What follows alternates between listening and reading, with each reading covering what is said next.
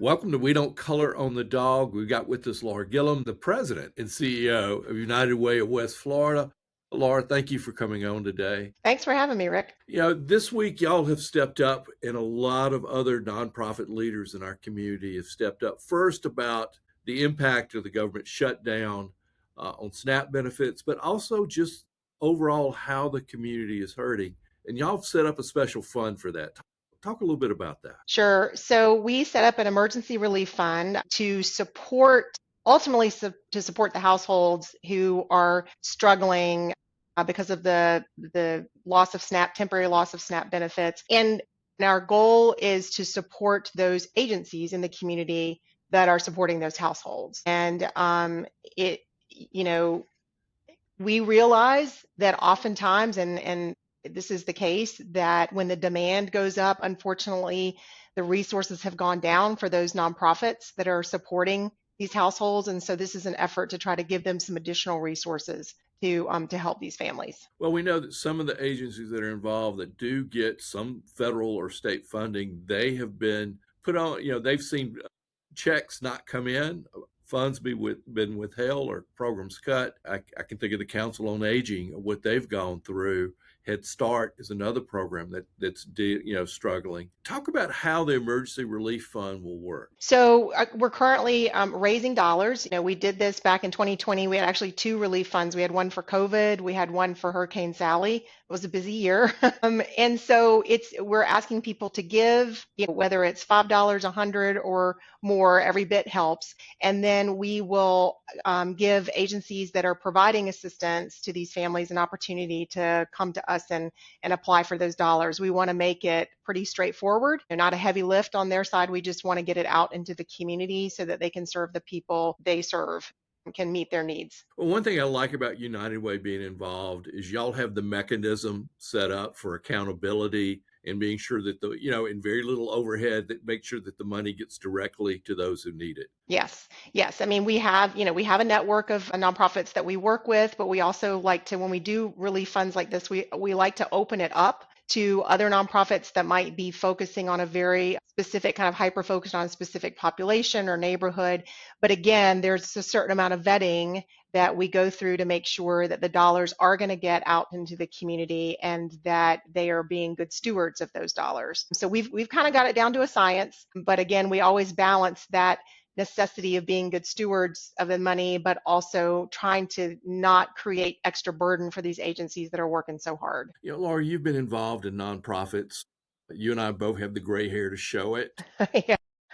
Having been in these kind of times, what makes this different this time? I think that we're seeing families, households that have not struggled in the past struggling. We've had a conversation about how, and I've talked with our colleagues at the pantries and other organizations that are seeing households that they've never seen before.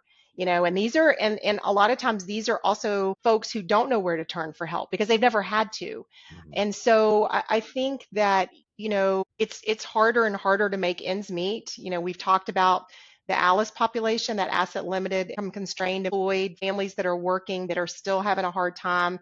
They're working from paycheck to paycheck. That group has not improved in the last 10 years. And so that's telling us something about where wages are, the cost of goods. And so it's a different group. Our perception of who's challenged financially or who's struggling financially needs to shift a little bit because these are people that we run into every day who are having a hard time. And they're going to rely on those benefits. They're going to rely on that pantry just to help them get enough food on the table and make it to the next paycheck. Well, and it's daunting because we know the food costs have gone up. We know that there's the ripple effect of the shutdown, in that now that it's officially over, we still don't know how the funds are going to start rolling back out into the community. SNAP benefits is a perfect example. That's, for our viewers and listeners, that's what we used to call food stamps. But that is, we're starting to hear that people may have to reapply, which then creates another time delay and people able to get their benefits and be able to put food on the table. Yeah, and so many of these folks, if they had savings, have run through it. They've maybe if they were in, if they had access to low interest or no cost loans, they've had to take those out. And so you're right. It's not like flipping a light switch and everything kind of going back to normal to the way it was before. They've had to access assets that they had put aside. We don't know about how the benefits are going to flow back out. I think in the bill that was approved a few months ago, there's changes. There were going to be changes to the SNAP benefits and the eligibility anyway. And so that's been looming. You kind of add that to the fact that there was this delay in this temporary loss, and it just feels like things are just kind of compounding one on top of the other, And of making course, it really tough. and we're coming into the holiday season, Exactly. which adds more pressure, more stress on people's lives. All right, if Yes. someone wants to donate, Laura, how do they go about it? They can go to our website, which is uwwf.org and /relief. If you just go to the uwwf.org, you'll see a banner also, and you can just click that link and go in that way. You could, send us a check in the mail, and that would be fine. Our address is 7100 Plantation Road, Suite 18, but you can also do it really simply online. Great. Laura, thank you for doing this morning. Thank y'all for the leadership that y'all are taking in this. There's no better group to try to help lead this, I think, than United. Thank you, Rick. Appreciate that. Take care.